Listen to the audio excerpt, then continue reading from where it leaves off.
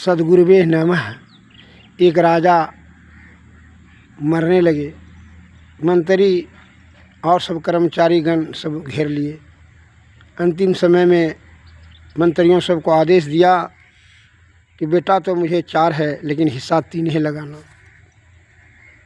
यह कहते कहते प्राण छूट गया। जो विद्वान मंत्री थे उनको विवाद का अब संदेह हुआ कि 3 हिस्सा क्यों लगाने के लिए बोले। राजा साहब कोई रहस्य है इसमें।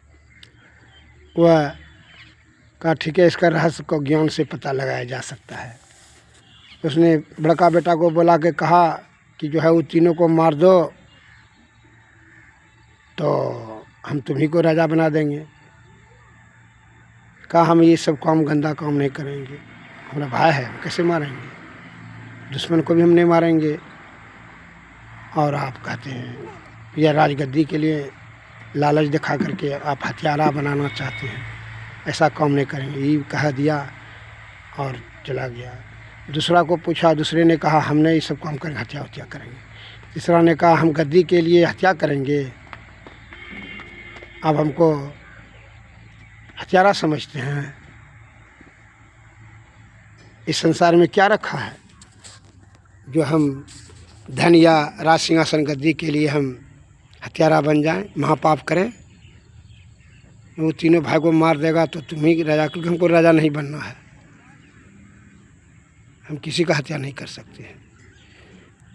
तो छोटका को कहा, तो छोटका ने कहा, छोटका को जब कहा कि वो तीनों को मार दो तुम ही को राजा बना देंगे, छोटका तुरंत तैयार हो गया।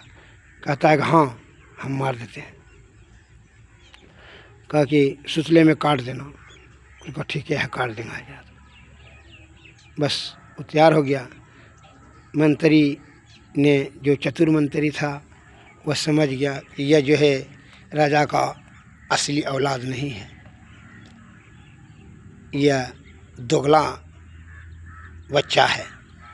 इसलिए पाप का जो है करने के लिए ये तैयार हो गया है। ये इंसान का बच्चा नहीं है। राजा साहब इंसान धर्मात्मा थे।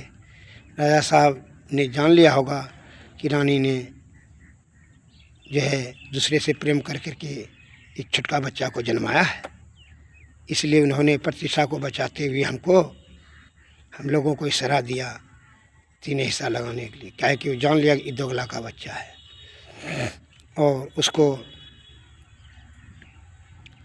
मंत्री ने जो है राज से बाहर कर दिया और बाकी वो तीनों